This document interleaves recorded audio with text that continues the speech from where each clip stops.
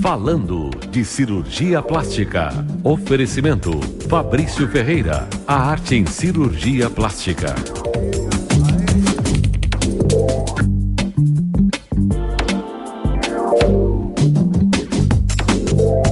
Então nós falando faz uma pausa no nosso assunto sobre liquidações, o impulso na hora das compras e conversa um pouquinho sobre cirurgia plástica. Falando de cirurgia plástica com o Dr. Fabrício Ferreira. Vamos lá.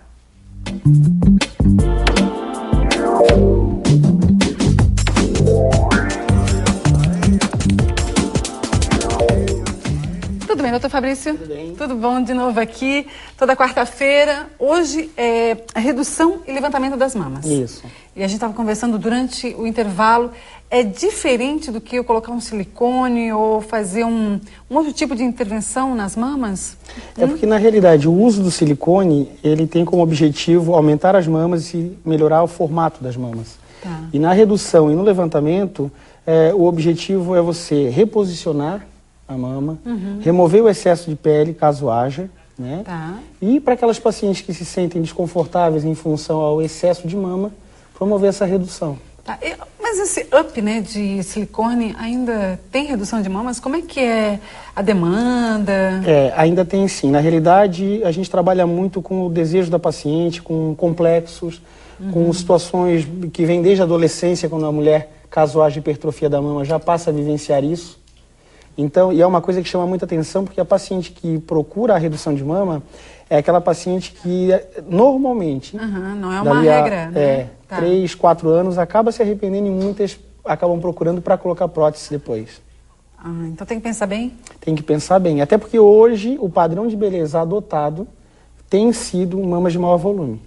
Quanto geralmente, assim, faz de conta que a gente está falando um pouquinho de silicone para levantar. Na realidade, Quantos ml, assim, as mulheres estão utilizando hoje em dia?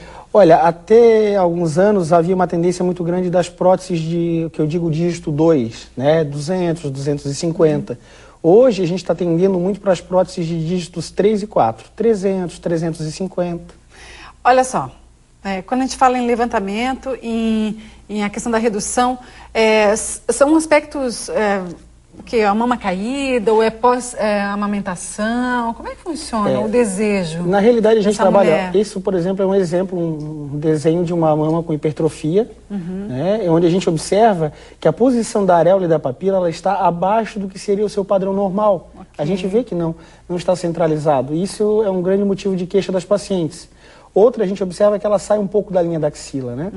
Aqui o plano ela mostrando... Fica distanciada ali? O local onde a gente separa, né? Olha como a gente observa como a mama invade a axila, né? Perfeito. No slide seguinte, a gente observa a relação do músculo com a glândula mamária e o nosso local de abordagem, né?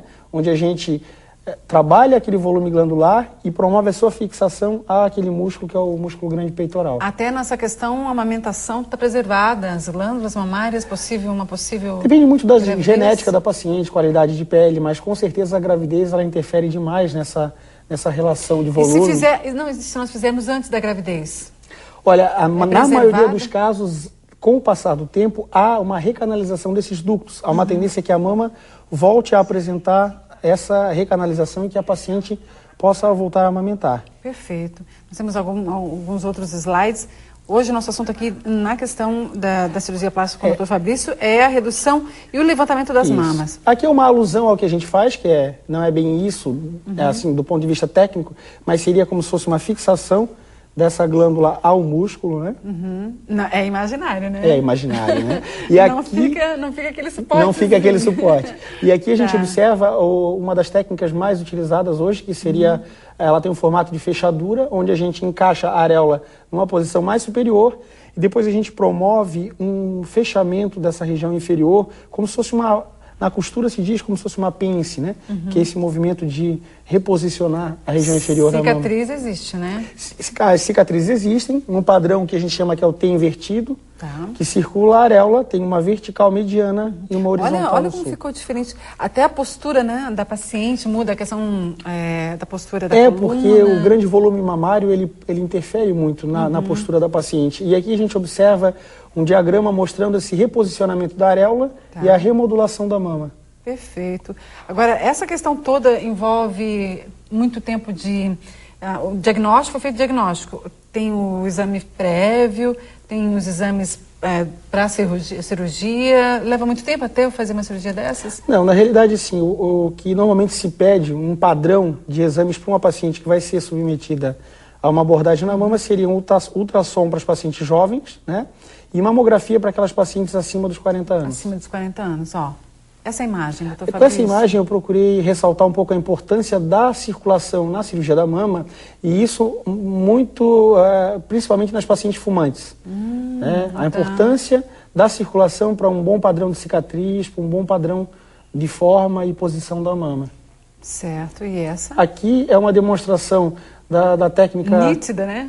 Difundida pelo Dr. Pitangui, que na realidade você faz a remoção de toda aquela região inferior ali do polo da mama, sobe a areola e depois reposiciona essa areola, e aquele é o padrão da cicatriz. Aí não tem aquele efeito T, né, que você citou no... Tem o T. Ele circulando a areola, é que a região horizontal do T a gente não vê porque ela está escondida no sulco. No sulco. Agora que eu vi, tá pontilhadinho lá. Isso, tá pontilhadinho. E as mulheres ficam felizes? Normalmente as pacientes ficam bem felizes. Claro que assim, uma das coisas que nesse tipo de cirurgia mais incomoda a paciente é a cicatriz. Sim. E o padrão das cicatrizes ele tem que ser discutido muito intensamente com a paciente, principalmente levando-se em consideração etnia, levando-se em consideração tabagismo, idade, nutrição. Tudo isso aí interfere no resultado. Até você falou, né, que tem pessoas que têm uma dificuldade maior de cicatrização. Os negros, principalmente. As pacientes negras, elas têm uma tendência maior a ter cicatrizes que fujam um pouco do padrão ideal. Assim. Mas é completamente viável, né? É completamente viável. Nossa, desde que a bacana. paciente saiba dessa possibilidade, né? Desde que ela esteja ciente que o resultado vai depender muito desse padrão. Joia. Doutor Fabrício, ótimo, toda quarta-feira falando aqui de cirurgia plástica com o doutor Fabrício, qualquer situação, né, encaminhe um e-mail para nós no falandosc@tvcom.com.br, acesse o site do doutor Fabrício. Na próxima semana? A gente vai falar de prótese glútea. Prótese glútea todo, que é, como diz, a preferência nacional? É a preferência nacional. É isso? Então tá. A gente continua, doutor Fabrício vai nos deixar, volta na quarta-feira que vem, e o nosso assunto